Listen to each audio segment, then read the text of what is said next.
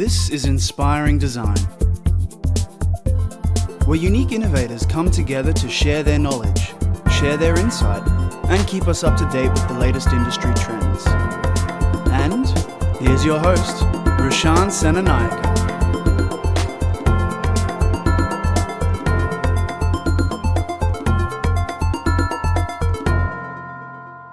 All right, welcome back, guys, and we've got another episode of Inspiring Design, and we've got a special guest here with us from Kawana Waters State College, and we've got, let's make Russell Lidgard, the 21st Century Learning Head of Department here at the school, and let's make him feel welcome. How's it going, Russell? Really good, thanks, Roshan. Glad to be here. Glad to hear. Thanks for taking the time for doing that. So, more or less, the reason why I wanted to have this conversation with you was I've heard that Kawana Waters is actually a very innovative school and you guys do a lot of cool things. So I wanted to have a bit of chat about how you do things around the school and what your role is and how you're actually preparing towards the 21st century learning habits and things like that.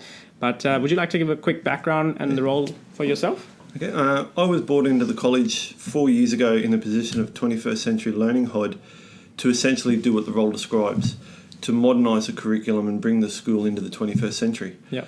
That involved bringing in a BYOX system for the kids, where the kids bring their own devices so they can interface in their own environment and take the learning home.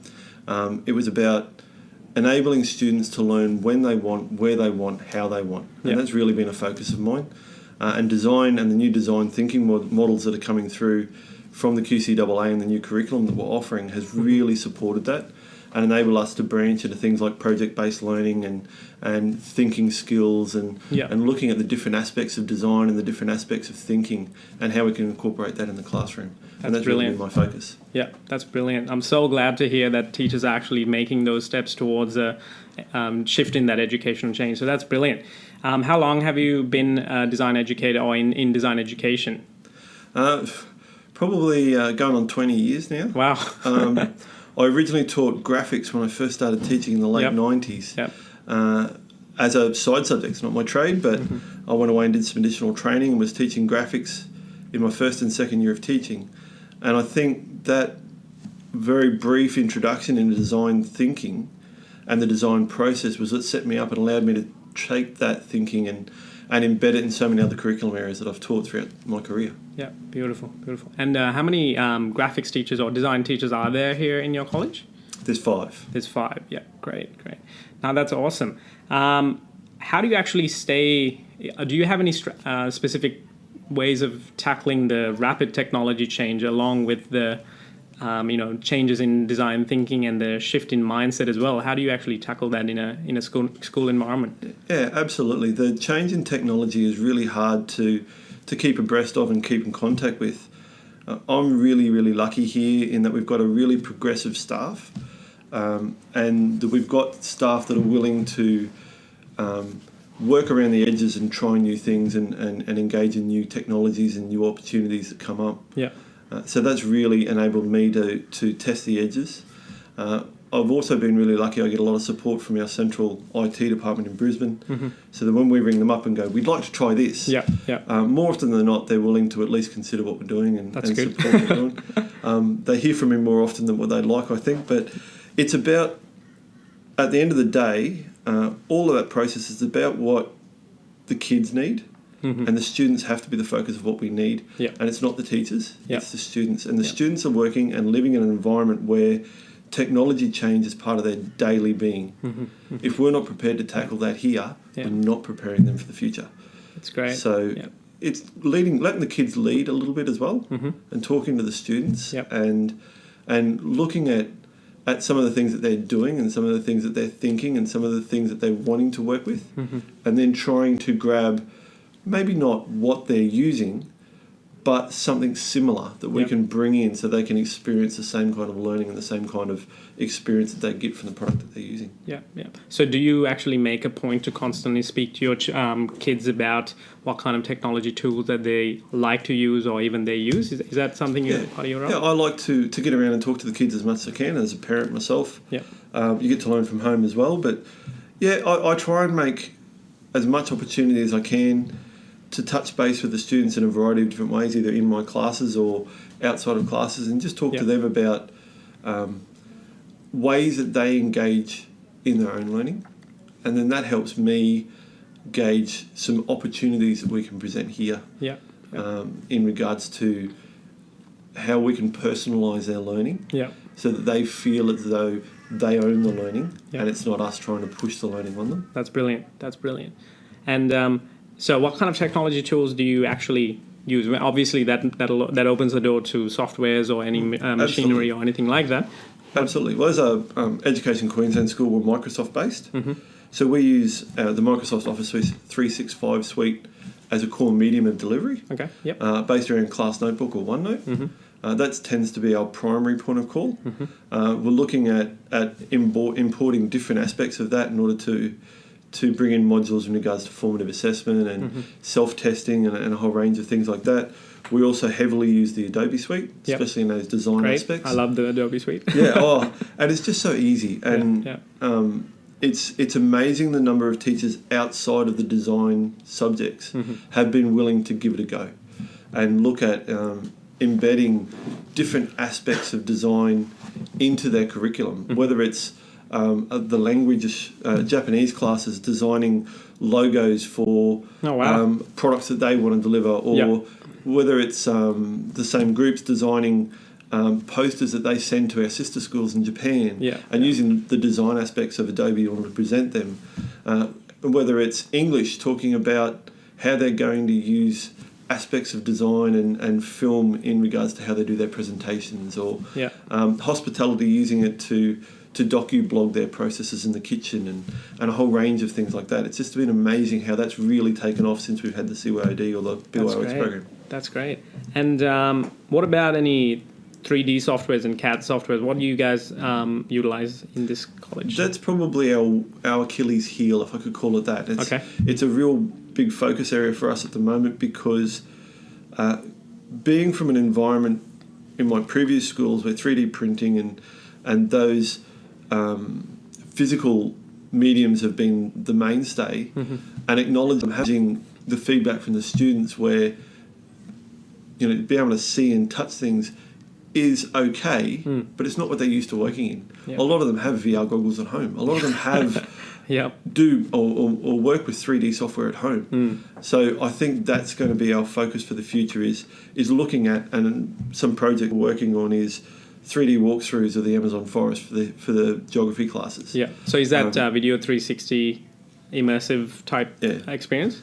And we're just about to launch into Google Expedition. So we're going to use Google Expedition in our junior school as a medium of 3D engagement to get them on board with the view that we'll look at additional the movies, the 360 movies and aspects of that in the senior curriculum, when we can really look at, you know, even with our health students, looking at elements of the body, and because we run the Cert 3 and Cert 4 health, and looking at bringing that kind of technology into there.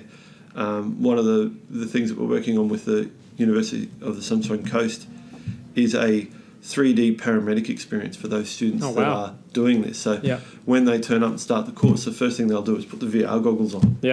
And they'll be in the back of a paramedic van and experiencing it. They'll have no experience, they'll have no knowledge apart from what they'll have from basic science, and they'll be thrown in the deep end, and they'll be living and breathing what a paramedic does, because a lot of the graduates will then go on to do paramedics at USC.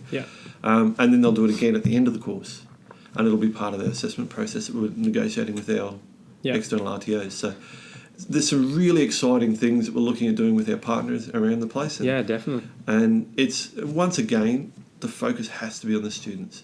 Has to be on making learning genuine, personalised, and something that they can own and engage in. That's beautiful. That's seriously beautiful to hear.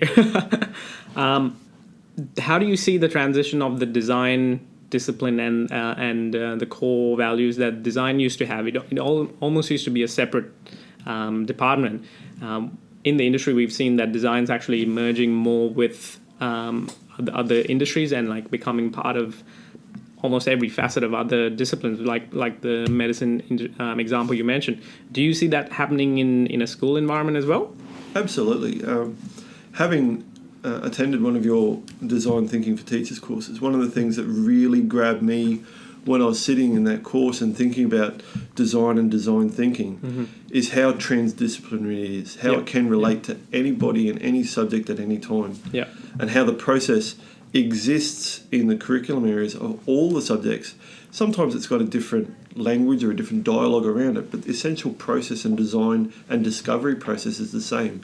And I think that's going to become more predominant in the way that students learn leading into the future, especially when we're talking about the current focus, the QCAA, on the 21st century skills in regards to innovation, critical thinking, collaboration, working in teams and problem solving and those kind of aspects. It really lends itself to adopting that design process approach. So embedding the values of design thinking in everything. Beautiful. And making it user-centered, making those discoveries. Now, whether it's a biology assignment or whether it's an ancient history assignment or whether it's a business or a law assignment, it's about making the outcome of that process a user-centered process, using empathy and things like that to get their message across and breathe change and breathe innovation in regards to what the discovery and the journey that they go on. No, brilliant. One of the very concerning questions that I got asked recently at the masterclass a few days ago was that one of the teachers came and asked me whether or not like the importance of design and the feeling that INTAD teachers are currently having. They're worried that they're going to be left behind and that INTAD's almost obsolete. So he asked me, his question to me was, do you think this is actually important for us to keep our jobs? Which was a very concerning question for me because he was a relatively young teacher and he was concerned about his jobs because that's design and INTAD and graphics and things like that. It's what he knew. So he thinks it's coming to a point of an obsolete state. Do you think that there's any problems in that, or do you think that INTAD teachers can evolve into a different state? Yeah, I absolutely acknowledge the point that he's making, and it's something that I feel those INTAD teachers are feeling, and they do have a lot of apprehension around change because the INTAD curriculum in high schools has been so structured and so similar for so long. This is one of the first significant changes in their curriculum and their offerings in a long time, and it's challenging. Can I see it being the demise of INTAD? Absolutely not. Okay, good. I actually see design being included in INTAD as a revitalisation that's needed.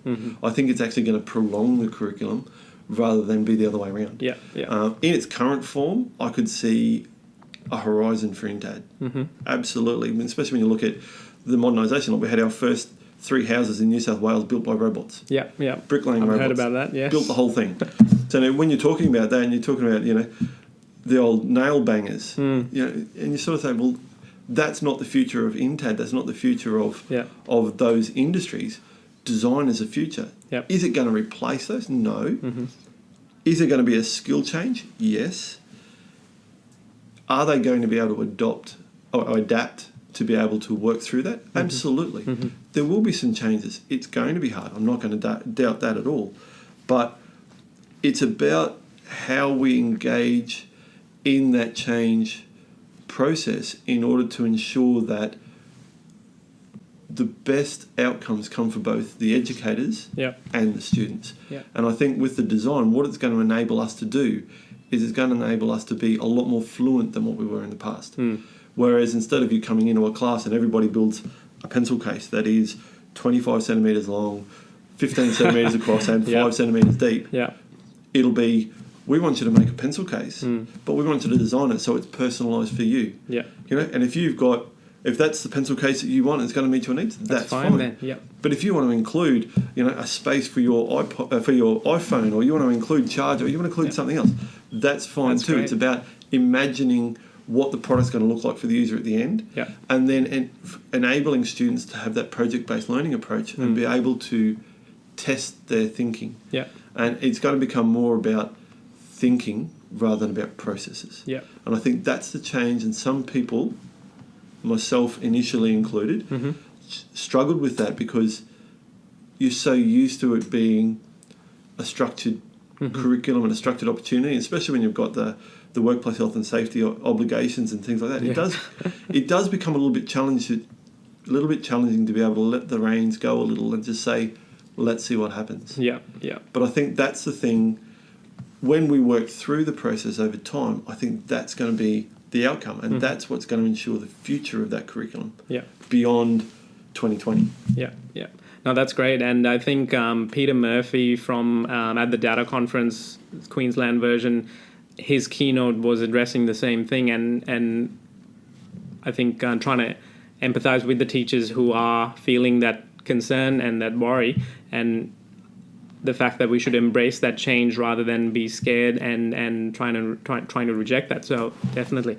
Now, before we started recording today, you were sharing some of the projects, some cool things that your students have been doing. How did that actually come about, and how did you actually get them to? How did you facilitate that to come out of them?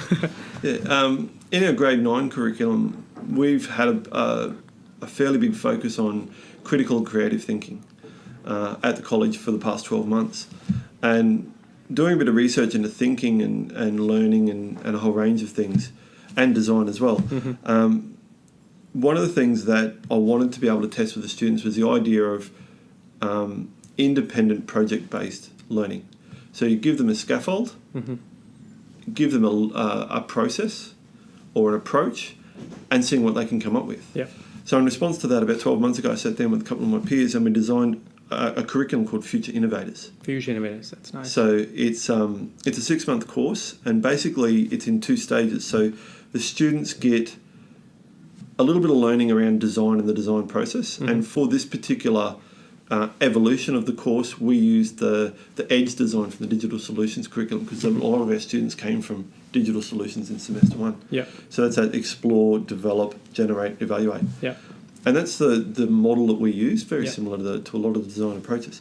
So we got the students to look at their personal experiences and explore an issue that they're facing. Then they developed a number of options, generated a solution, which they're due to present next week. And it's really, really interesting where they went. Some of them went personal. For example, I've got one group that are very sporty. They're in our Futsal Excellence course. And they've got a favourite pair of shoes that they always like to wear, but they're only futsal shoes. So when they're playing outdoor, they've got to wear another set. It's not comfortable. So they come up with the idea of having interchangeable soles on a shoe. That's great. So they can wear the same set of comfortable shoes, whether they're playing indoor, outdoor, whether it's raining, whether it's dry. Yeah. Another group they're very active, and they said, I like to ride my bike, but I also like to fish. I like to be out in the water. Yeah. So they came up with the idea of having a 3-wheel mountain bike, 3-wheel style mountain bike that has canisters on the side, and when they're approaching water, there's a trigger that triggers the gas canisters, which then inflates these inflatable tyres on the outside of the existing tyres, which are connected to the axles, so they will actually go straight out onto the water and be able to float, have their fishing rod in the basket in the back, and be able to operate on the water, and then they come back in, click a button, once again the canisters invert and retract that, and then off they go, and they're on land again. Yeah. Another group was a little bit more safety conscious, and they had relatives that had been involved in a plane incident where the plane crashed in the water and sank. And that sort of resonated with them, and they said, well, what can we do to buy these people time until help can get there? So using the model of the inflatable tube that comes out the side that just slide down on them in case of emergency, they thought, well, what happens if we put those right along the side of the plane, so that once you hit the water, you can push a button which then inflates these. It might not buy you a lot of time because of the mass of the plane or the damage that's caused, but it will buy you some time so that more people can be free from this plane. Yeah. These are 12 and 13-year-old kids. That's amazing. And I'm happy to say I had nothing to do with it, apart from just challenging their thinking. Yeah, and allowing them to pick their own challenge, I think, opened up a whole broad scope of topics. So that's amazing. Yeah. That's great. So happy to hear that, actually. And do you hear any response back from their parents on what they achieved? Absolutely. I was talking to one of their parents the other day who came in for a subject selection conversation. And I was talking to her about what we were doing in Future Innovators, and she said, I don't know where the idea came from. Like, I know we had a friend of ours that was on a plane, or a relative was on a plane, but like, how did he come up with this idea? Wow. And I said, maybe they must have this is seen a their movie. group. Yeah. This is their group. Yeah. This is their thinking. And she said, I'm so glad that he was able to have this experience. And I said, well, why is that? Well, why? She said, initially when he wanted to pick it, I said no. I didn't see the point in the subject because it's the first time it's ever been offered. But he said, no, it's going to be really cool. I'll do it. So this was the parent that said don't. The parent said, I want you to pick a normal mainstream subject. He said, no, this will be really cool. And she said, I'm so glad he got the opportunity to do it because the fact that he's learned to think and he's learned to believe in himself is now coming across in so many of his other subjects. Wow. He can problem solve. Yep. He can innovate. He can troubleshoot. Yeah. And he can think by himself independently so much more than what he could before he started your subject. Yeah. Yeah. So she said, I just wanted to thank you. And I said, that's great. It's just all I did was unlock the imagination and let them go.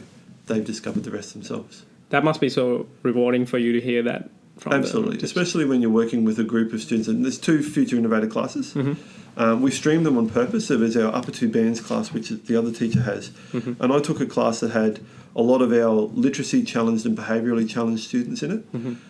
So it was a different dimension to the process. Yeah. No technology, lo-fi engagement, prototyping and things like this. But they've really run with it, and it's been really rewarding to see the journey that they've travelled. Yeah. No, that's brilliant. And I'm so happy to see such open-ended assignments being taught and it's showing results. So that's brilliant. One of the things I wanted to ask was, do you tailor your approach to each student based on their personality or based on how they're engaging with you?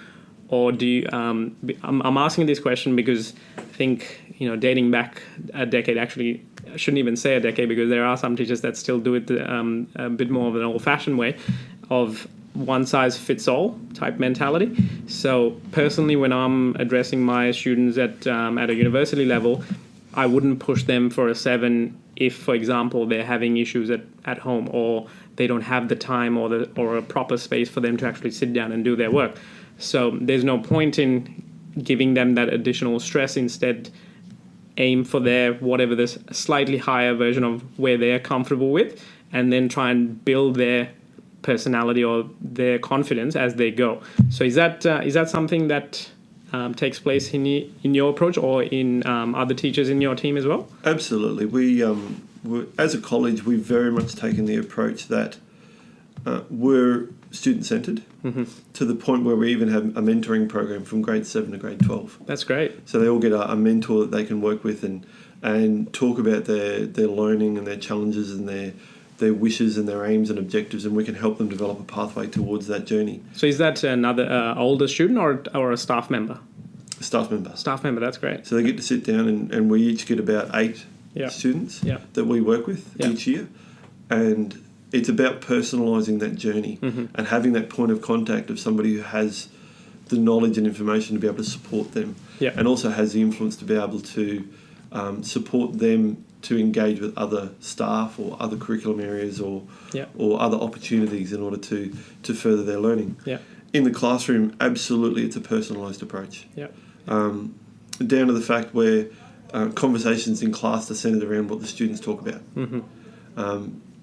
I teach very much to the point where if I'm talking about what I'm interested in, the kids are not engaging, and that's the end of the story. Yeah, yeah. So it's about making sure that you are structuring the curriculum and the expectations of the curriculum to a level where the students are willing to engage. Because as you said before, if you set your curriculum up so you wanted them all to get A's or 7s, there's about 45 to 55% of your class that are not going to want to engage because they themselves don't believe. It's not that they can't. They don't believe they can do that. Yeah, yeah. And it's really, really important to not only personalise it so that they can engage with the content that you're delivering, but engage with the expectations of what you're going to ask them to deliver. Yeah.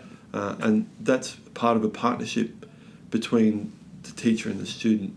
And it's an interesting journey at times, but at the end of the day, when they walk up to you and they shake your hand and they say, thanks, mate.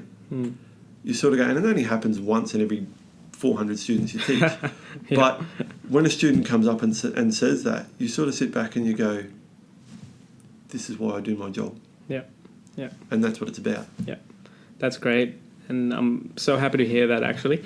One of the things when we facilitate design thinking workshops with students, we try to get them to push more ideas than what they usually think they can, especially from a design context.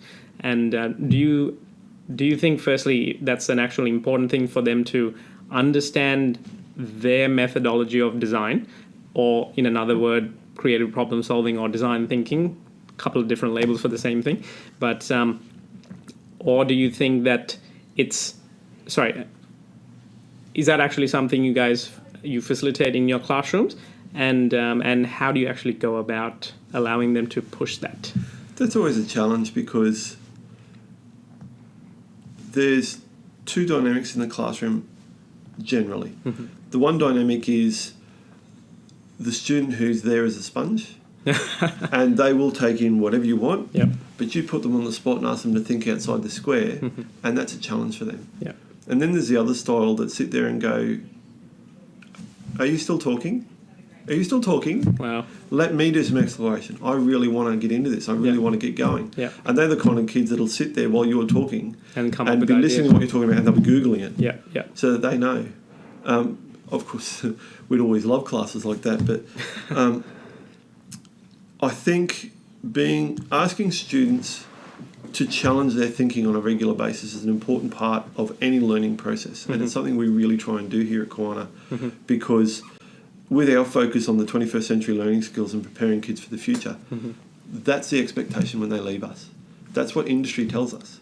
They want people that can adapt, can innovate, can critically and creatively think, can problem solve. If you're not challenging their thinking, if you're not asking them to think outside the square, how are you preparing them for that experience? So it's been a real focus of ours for probably the last 2 or 3 years. That's great. And so I'm assuming then with the new design syllabus coming in, that would actually play into it with your adaptation of the new syllabus and implementing that. Do you actually have any specific changes that you and your team have done to tackle that, along with the mindset shift that you've got already in place? One of the things that we're working on at the moment is investigating opportunities for project-based learning and independent study. So that's a key aspect of ours. One of my objectives in my role is to develop the notion of one project-based learning task per year level per subject. So it's an opportunity for students to be able to experience learning at their own pace, exploring their own aspect of whatever's going on in the classroom, but being able to test their hypothesis, being able to think outside the square, being able to look at designing opportunities and solutions for users and for different aspects of society. And I think that's an important skill that can be embedded in any area of the curriculum. And as part of that journey, matching up the design process from the new design syllabus to the design process from the digital solution syllabus to the inquiry-based process from history and geography and English to the creative processes from hospitality and visual arts and things like that, and then map them against each other to show the similarities in the approach across the curriculum, so that we can have a common understanding of the different languages that we use for the same approach, so that students that come into us, when we're asking them to critically and creatively think, to innovate, to explore, to develop, that they have a common understanding of what that approach is, even though we might be using different language and different dialogue around that. No, that's great. So do you actually then rely on the support from all teachers from outside of your faculty as well to adapt that same mindset and to go along with it? Absolutely. And we've started on the 21st century learning journey about 3 years ago. And underpinning that approach was the idea of critical, creative and problem solving, critical and creative thinking and problem solving, which is really the crux of most aspects of design if you look at them in the different curriculum areas. So we've consciously moved to embed that across the curriculum, and that's enabled the INTAD staff, which have been a little bit slower to develop in that design thinking approach, to feel supported because it's happening in different areas. Yeah. And we can talk about that approach in a supported environment where they're not feeling challenged. And it's interesting that recently I was talking to a group of teachers, some design and some not design, and we started talking about design, and one of the design teachers turned around and went, "Why are you talking about that?"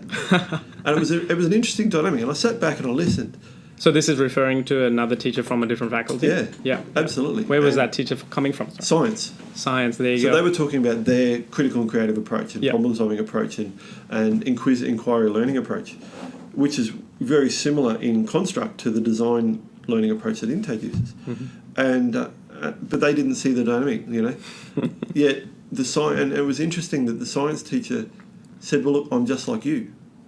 Yeah. So and it's that whole dynamic and that whole perception of what design is, and the fact that designs traditionally belonged to INTAD for so long that there are people outside that go, "Oh, design, that's just their problem." That's them, yeah. But then there's also people within the design that's going, "Nobody else understands me because I'm the only person that does design." Yet there is a changing dynamic where it is becoming everybody's business. It's becoming everybody's job. It's becoming part of everybody's teaching and learning. Yeah. And that's levelling the playing field and enable us to have a really open and refreshed conversation about design and about inquiry, about innovation, about problem solving, and about how that affects the whole student, not just the INTAD student or the science student or the arts student. Yeah. And that's been a really rewarding experience for me, being able to be part of those conversations. See that? No, that's great. And I'm glad to see those conversations happen, because I think it'll then make way for that change to take place. It just reminded me with the whole the conversation between the science and the INTAD teacher. How do you see STEM integration within the school environments, especially in Queensland and then in an Australian level? STEM's an interesting approach in that it has both positive and negative connotations. Positive in that it's brought a focus on elements of design, and I think that's been its true positive impact on teaching and learning. It's highlighted the fact that these faculty areas or these curriculum areas, science, technology, engineering and maths, can operate together in order to achieve a common goal in regards to learning, and that there is a commonality in the approach that each of those areas has on teaching and learning. If there's a negative, I think it came with the connotations that it split the curriculum. Because it was labelled STEM, anybody outside of that area went, "Oh, that's STEM, that's them." And, we introduced STEAM, which then brought the arts on board, but it hasn't provided an opportunity to develop the whole student, which has been a bit of a challenge. So looking at STEM and how it interacts with the student has been an interesting journey and much easier to embed in a primary setting than a secondary setting. We've got a STEM curriculum in the P to 6 environment based on digital and design, but incorporating other aspects of the curriculum. And there's an expectation that they do STEM as part of their normal delivery. A little bit more challenging on the secondary, where they have very much separate disciplines, to be able to look at how STEM can impact on what they do. And part of the reasoning behind the Innovative Futures opportunity was to make it a real STEM approach, but give them the opportunity to incorporate other aspects of the curriculum, to bring in arts if they want to bring it in, to bring in the idea of social understanding from their humanities subjects, to be able to bring in science, to be able to bring in mathematics, to be able to bring in communication from English, to be able to bring in engineering, and look at it as a whole curriculum offering, so that when a teacher comes up to me and goes, "Oh, that's future innovators. What's that got to do with history?" I can go, "Well, okay, here it is. Here's where they looked at the history of how a plane crashes. Here's where they looked at the chronological process on how the plane is developed and its safety. There's your history. Oh, yeah, but it won't hasn't got anything to do with English. Okay, well, here you go. Here's where we use the design process, and we use mind mapping, and we use communication to be able to effectively communicate amongst their team and deliver an idea to a prospective investor. Yeah. Oh, okay. Oh, it's got nothing to do with maths. Okay, well let's look at it, and it's really interesting how we've been able to have those conversations with staff and go, well, look, yes, we understand that you've got your disciplines and you've got your curriculum area, but this is how we can offer it to the students as a whole student. Yeah. And it started that dialogue up. It's been really interesting. That's great. And at the end of the day, when you're in the industry, all those skills that the students taking on board, whether it's maths, history, science, or design, it all comes together, and they need to put something together if they're, for example, really working in a firm designing that kind of a product. So that's great. So happy to hear that schools are recognizing that and implementing that at a very thorough level and embedding that. Looking at the time, unfortunately, that's all we've got time for. Thank you so much, and I'm sure our listeners are very grateful for the insight you've shared. And if anyone listening would like to get in contact with Russell, obviously he's the 21st Century Learning Head of Department at Kawana Waters State College. Thank you so much, Russell. You're more than welcome. Pleasure.